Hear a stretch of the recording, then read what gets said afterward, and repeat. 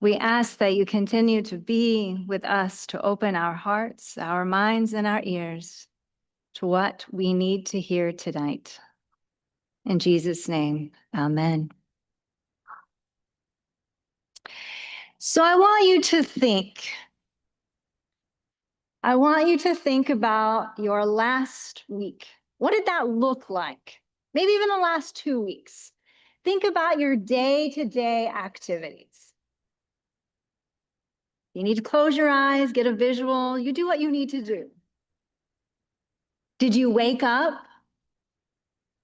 read the Word of God, meditate, exercise, brush your teeth, get ready for work, drive to work, have meetings, work on projects, talk to people, drive home, take a little bit of a rest, take a shower, cook dinner, clean, have family time, pray, and go to bed? I mean, that's my day-to-day in a nutshell. And then you go to bed, and then the next day, it's the same thing on repeat, right? I mean, that's often our lives, is that we are doing the things that are required of us to do. I'm working with my phone and my glasses. I can see you, so I'm gonna take them off and on throughout. We repeat the human doings required of us, but when are we ever still? When do we pause to be in the presence of God? To be in the presence of God. To return to our natural state of being. To acknowledge the blessings before us, not just the doings that we have to do, for often taken for granted. For example, how many of you have had a week, like I have, that you're like, hey, it feels like it's a Wednesday, but it's really only Tuesday, and I know I got 3 more days until Friday, and I'm just really living for Saturday because I want to rest. How many of you eat food and multitask? You're doing something else. You're working, you're watching TV, you're scrolling on your phone. Or you eat so quickly, like my kids do in 5 minutes, and then they're on to the next thing. When do we pause? When do we be still? When do we stop and see the sunrise? Or the sunset? Or the moon? When do we see God's creation and glory? We often don't, or even acknowledge the miracle of breath itself. So I was forced to be still this summer. I was forced to be still. To stop all of my doing and just be. It did not start this summer. It started earlier this year when I had long COVID, or COVID for the first time. That for me turned into long COVID. Long COVID, not a lot of people know what it is. I actually met with a long COVID specialist that said about 10% or a little bit more of the population has long COVID. Long COVID means you have symptoms that could vary for longer than a month, 2, 3, 4 months. For me, that looked like extreme exhaustion. You might not have seen that, but I felt that. I had, when I fully recovered about 6 weeks later, about 50% capacity to do what I usually did. 50%. To me, being able to cook and do laundry at the same day was an accomplishment. To be able to mentally process something emotionally process something at full capacity I couldn't handle. I could not handle it. I also had extreme dizziness. Many of you know it as vertigo, in which my brain, my eyes, and my ears did not function together, to where I had to have 10 weeks of physical therapy to teach those three things to work together, so that simply going up the stairs did not make me very unsteady and I had to hold on. To where when I took a shower, I didn't have to hold on to the railing because I thought I was going to fall. I also had brain fog, memory loss, where I would forget things that I knew, but I just couldn't put my finger on what they were. In addition, I was sick quite often. So for 4 months straight, of all those 4 months, there were only 3 weeks of those 4 months that I was not sick, and they were not back-to-back weeks. So I was not at capacity. Now, after advocating, because a lot of doctors don't know what long COVID is, after advocating for at least 3 months, I finally got referred to a long COVID specialist. And they don't know a lot either. There's not a lot of research out there. So it's very difficult to know how to treat all these different symptoms. And again, those are just my symptoms. Other people have very different symptoms. And keep in mind, I think of my own experience, they were quite mild compared with what I've heard of other people who've had long COVID. My long COVID specialist said, you have something called histamine intolerance. For those of you who have allergies, you take an antihistamine, an allergy pill. So my body produced so much histamine that it thought everything coming into it was a danger. If I smelled perfume that was different, my body could attack it. If the weather changed just slightly, it could attack it. So in the summer, when I took 2 vaccines that I've had before in my life, before I went to Europe or didn't go to Europe, and I spaced them out, I didn't take them at the same time. The first one was fine. The second one was not fine. First day, okay. Second day, I was having actually one of my favorite days was the second day after the shot. It was a holiday for me. It was swimming and biking, and life felt good because I was taking medicine and I actually felt back to normal for the first time. And then I woke up in the middle of the night with my arm kind of just spasming. And I was like, okay, it's my shot arm. Something's going on, whatever. And I just tried it, moved over and didn't think of anything. And it kept waking me up, And I'm like, okay, it looks like the sun is out. Let me just go to the bathroom. And as I'm walking to the bathroom, I felt tingling in my toes.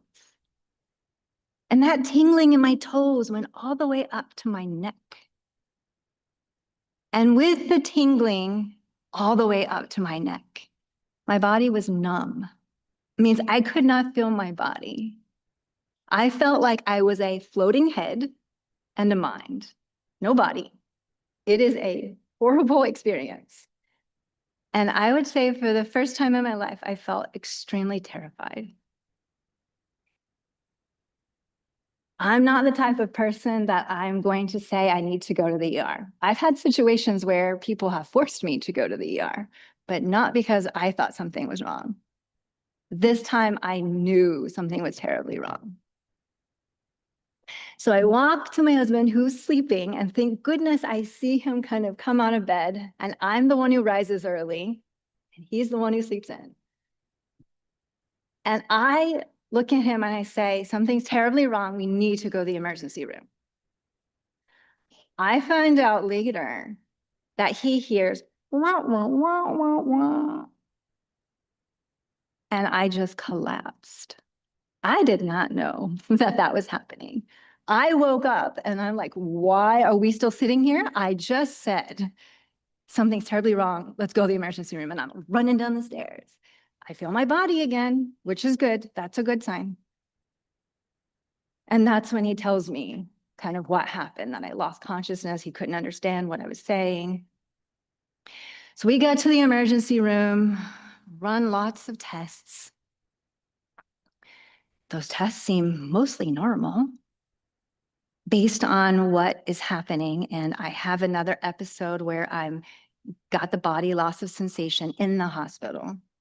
They focus and they diagnose me with seizure-related activity. And they give me medicine for that. And they just send me on my way. Now, for any of you who have very strong medicines, and keep in mind, I'm histamine intolerant, that medicine was incredibly strong. And it's medicine that messes with your brain and your body all at the same time. And so 2 days in, I'm now at 10 to 20% capacity. We're no longer 50% of capacity. I'm 10 to 20% capacity. I can't do laundry. I can't do anything. And I'm calling in and I'm saying, I'm looking at all the complications that are listed for this medicine, and I have all of them except for one, and that is suicide. I mean, that's how serious it was having all of these symptoms. And they're like, we're trying to prevent this from happening again. You have to take your medicine until you meet with a specialist. I didn't have an appointment with a specialist. They'll call you.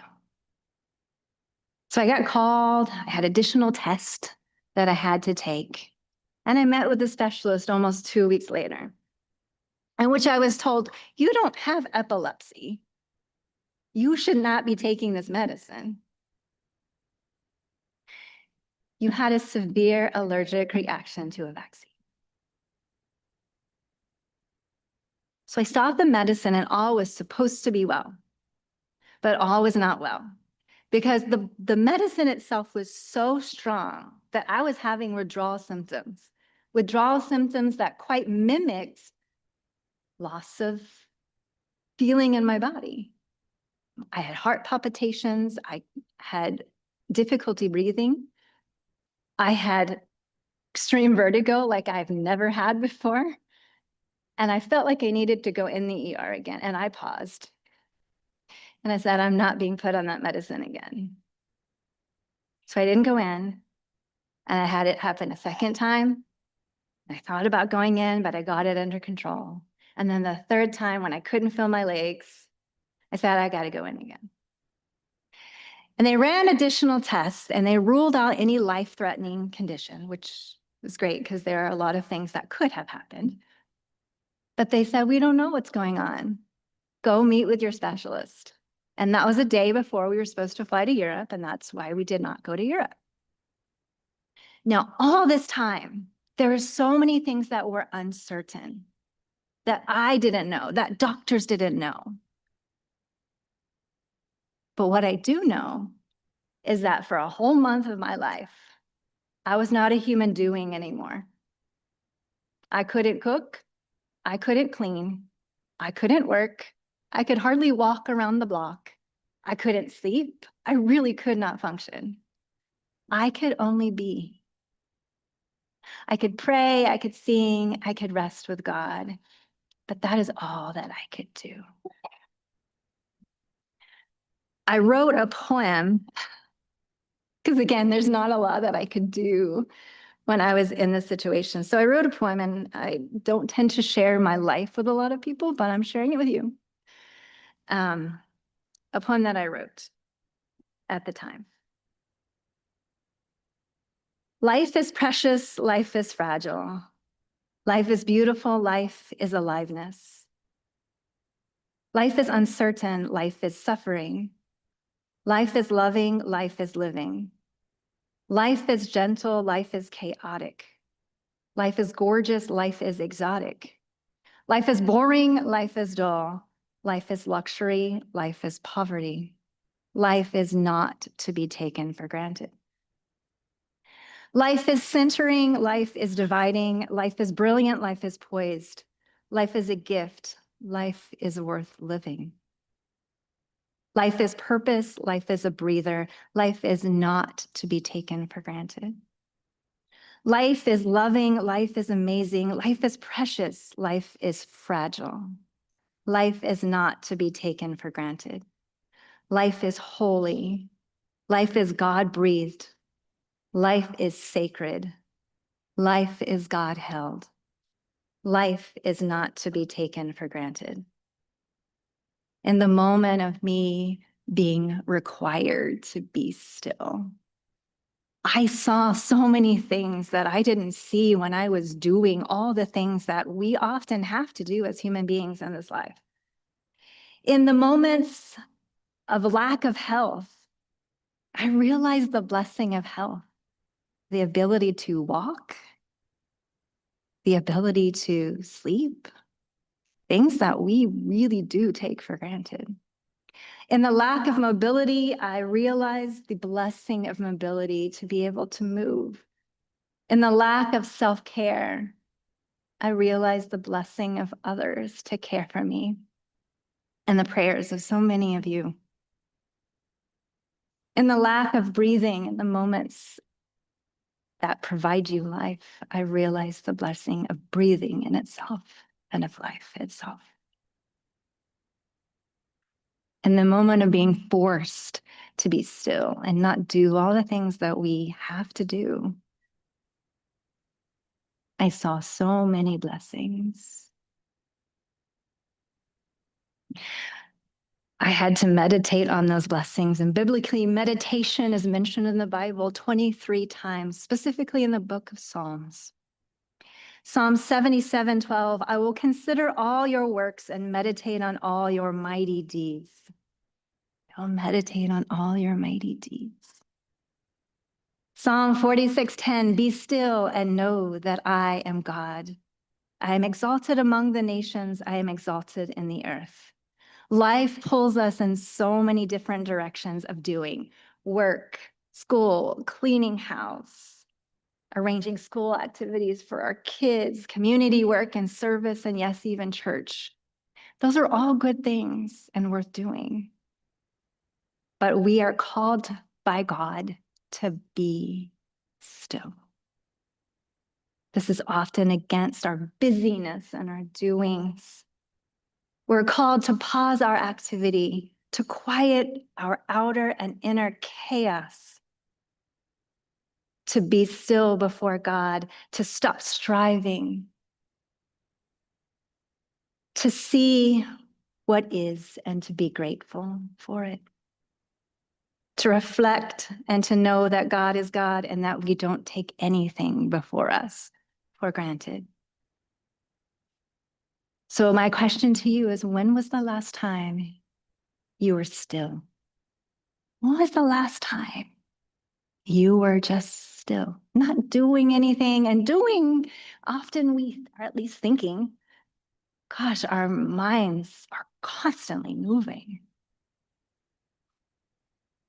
In Christianity, our Christian mothers and fathers actually taught us how to be still. There's a few ways. One is called Lectio Divina. You don't have to memorize that word, Lectio Divina. It's really reading the Bible and being quiet and listening for what God has to say to you in that quiet, being still. Lectio Visio, which is just looking at something visually, art or nature, and being still and allowing God to speak to you in that space. And breath work, breathing in, breathing out, the giver of life and breath itself, and really thinking about God and focusing on God during that breathing. So tonight, I'm going to take us to 2 different exercises of being still. One is quiet after reading the Bible, and the second one is a breathing exercise. Now, it's not going to be as long as it usually is, because usually it's 10 to 15 minutes, and that can be very intense. I'm going to give you just a few minutes couple of minutes to have some stillness before God. So first, we're going to focus on Psalm 46:10. Be still and know that I am God. So what I'm going to do is I'm going to say a verse and I'm going to drop a word. Don't worry, you'll hear me doing it. And I'm going to have you repeat after me out loud. And when I stop saying anything, that's when our couple of minutes is going to end or begin. And we're going to have quiet. We're going to be still before God. All right. Repeat after me. Be still and know that I am God.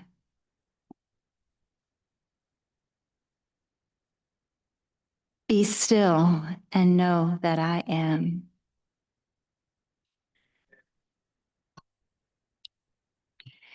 Be still and know. Be still. Be.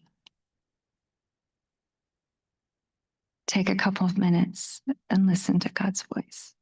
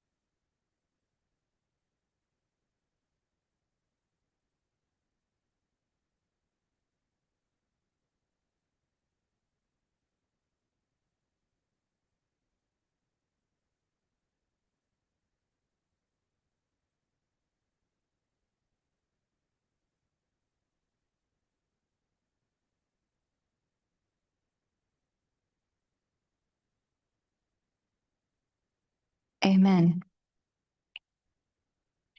I would encourage you to strengthen your be still practice. Sometimes 2 minutes can feel like 15.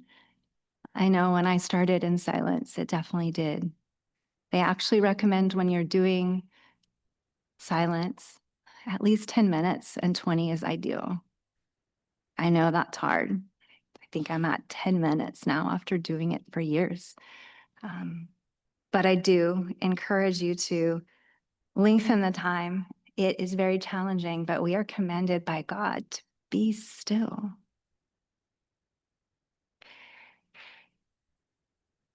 Next, I will walk us through a breathing exercise for the ability to express our thanks to God for all the things we might be taking for granted in all of our human doings throughout our week. I will say, breathe in, and you will breathe in with me. And I will say, breathe out, and you will breathe out with me. I will I will guide you for the first few breaths. And then we will have silence again and allow you to just think about your blessings and to really thank God for all those small little details that maybe we've taken for granted. All right, let's get ready for our breath in. Breathe in all of the blessings that God has given to you.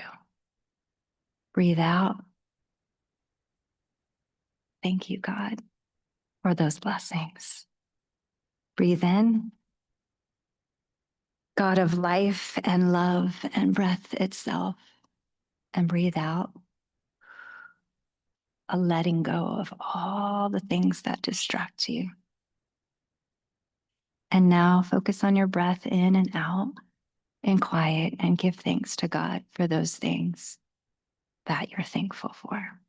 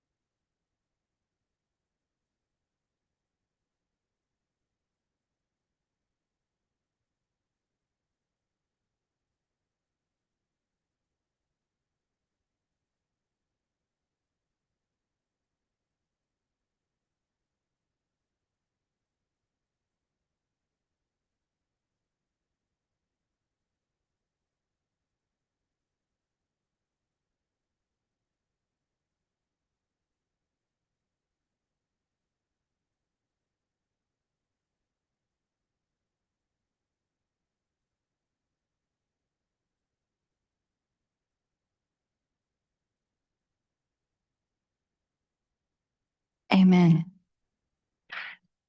Psalm 77:12, I will consider all your works and meditate on all your mighty deeds.